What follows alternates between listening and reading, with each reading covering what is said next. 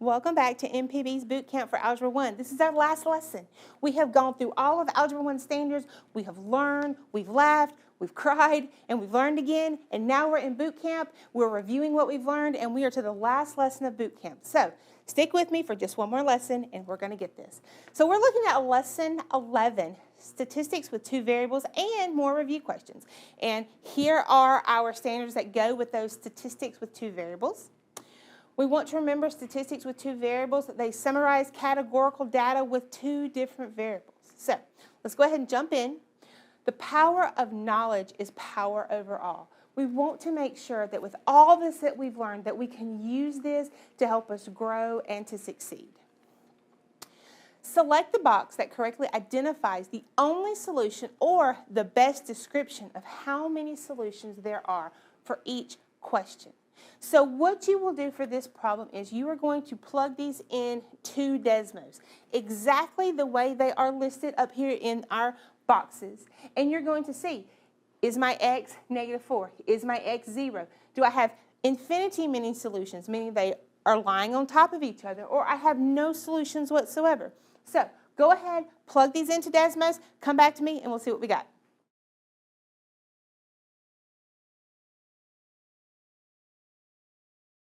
Okay, so you've plugged them into Desmos, you've seen how each one of them lie on the graph. Now let's see what their zeros or the best description is. Here we go.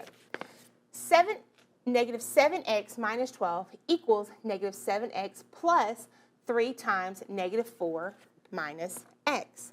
So this one is x equals 0.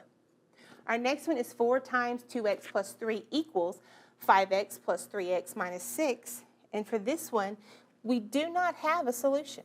There is no solution to be found.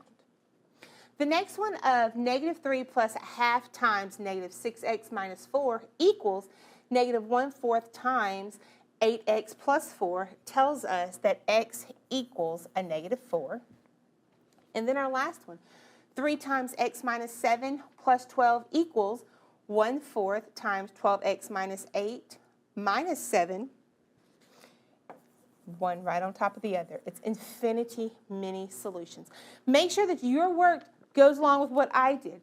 Go back and look to see how you plug them into Desmos. If you did not get those answers, make sure that you put your positives right, your negatives right, your adding and subtraction. Make sure that your fractions are correct. All of those will help getting these answers. Let's look at the next one. Evan's science class. Evan's science class planted sunflower seeds as a part of a research project. A student was sent out every week to measure the height of a flower of their choice. The data in the scatter plot shows their findings for week 2 through week 12.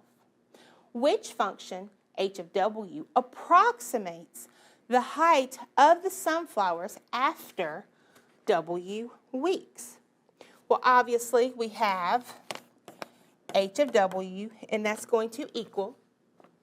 I know that I can plug each one of these in to my Desmos. I can plug each one of these into my calculator, and then I can find these exact points. So when I do that, what did you get? Exactly right. You want to make sure that you are using your technology tools, guys. We have not gone over all of this technology for us not to use it. Use your technology. Use those tables. Use those scatter plots. You can plug these different points in, and you can make that table and then throw a scatter plot on your calculator. You want to make sure that you're remembering how to do all those statistics on that calculator. Good job. All right, let's look at this expression. The expression 3 plus 2 times x minus 5 squared models the height of a ball after x seconds. The constant in the simplified form of the expression represents the initial height in feet of the ball. What is the initial height of the ball? So there's multiple ways to do this. One way is to pull Desmos, plug this in, and see where it crosses the y-axis. That is the best way ever. And what did you get when you do that? Exactly right. We get 53 feet. You want to make sure that you are using Desmos to check your calculations. You're using your calculators, that all of these different technology tools is to help you check yourself, so to speak. Good job. Okay, how we read tables from marginal and joint relative frequencies. Remember how we looked at all these different frequencies and the frequency tables. So, Jasmine needs to solve the equation 9x plus 12 equals 3 times x minus 8. Which equation represents a first step Jasmine could use to solve the original equation? Select 2 answer choices. Okay, so let's see what Jasmine's doing. First of all, I want to see what she's working with. I have 9x plus 12 equals 3 times x minus 8. Well, what's something I could do first? I could distribute. So do I see anything about distributing? Jasmine could what?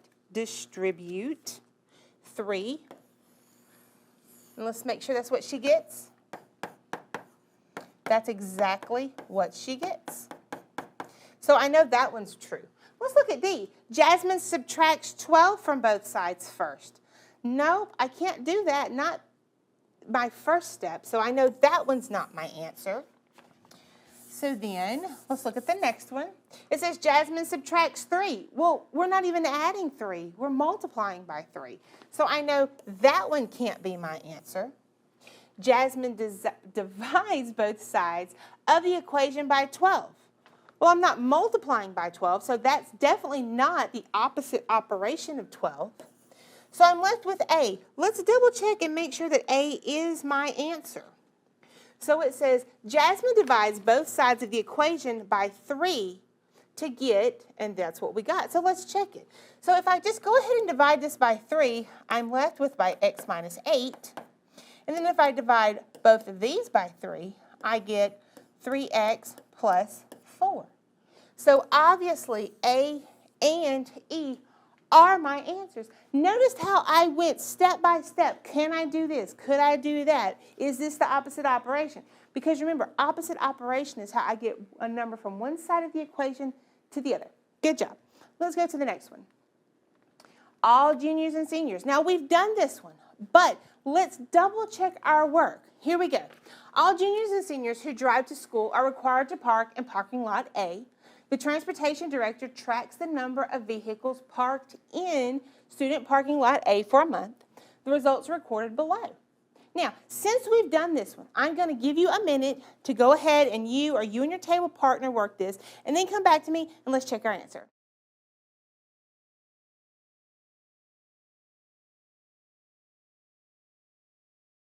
Okay, so this says which statement best represents the box plot.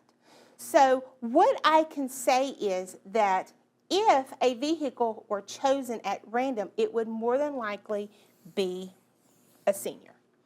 Good job. All right. Let's look at this function. The function f of p equals 45 minus 4p. It represents the amount of money in dollars Jim has after purchasing p packs of trading cards. The function is modeled by the graph. Noticing what is on our x-axis, our y-axis. Based on the scenario, which statement describes domain values of the function? Now, my domain values are my x values.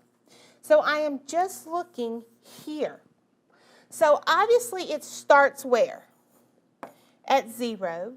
And even though my graph ends, it would continue. So let's look. The domain of the function includes all real numbers. Well, it doesn't because I have a starting spot. And obviously I will have an ending spot. The domain of the function includes all real numbers where p is less than or equal to 45. Well, no, that's not right because 45 was the amount that we started with. So, nope, I'm not saying that either. The domain of the function includes all whole numbers where p is bigger or equal to 0. So I can have 0 packs or bigger.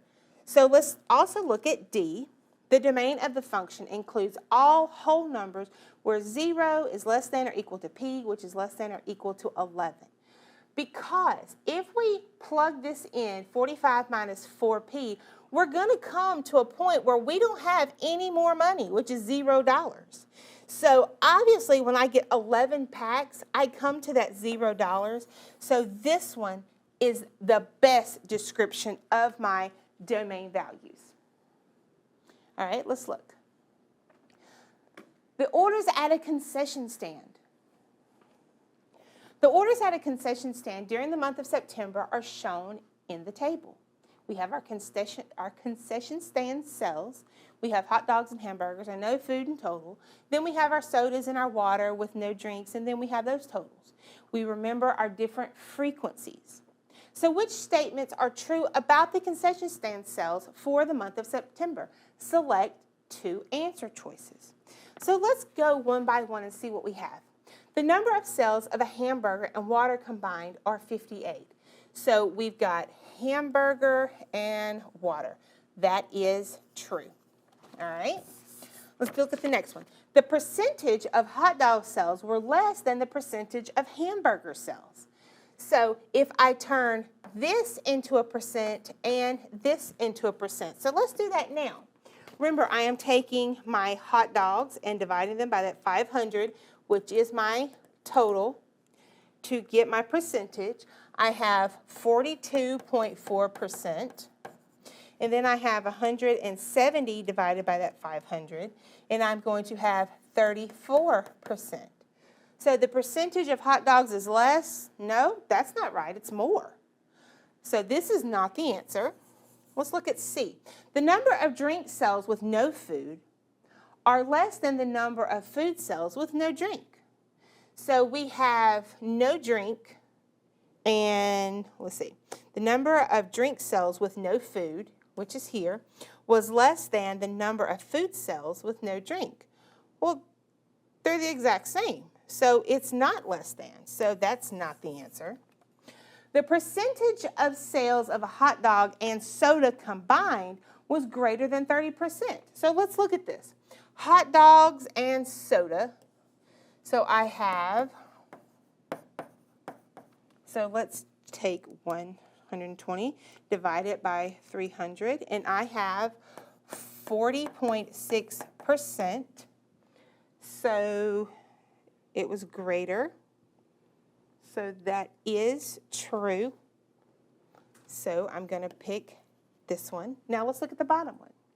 Make sure that we've got the most correct answers. The percentage of sales of hamburgers and water combined was less than 20%. Hamburgers and water. So I have 58 over, oh, Miss Killen. When I get these percentages of these combined, am I putting it over the total of one category, or am I doing it over the total of everything?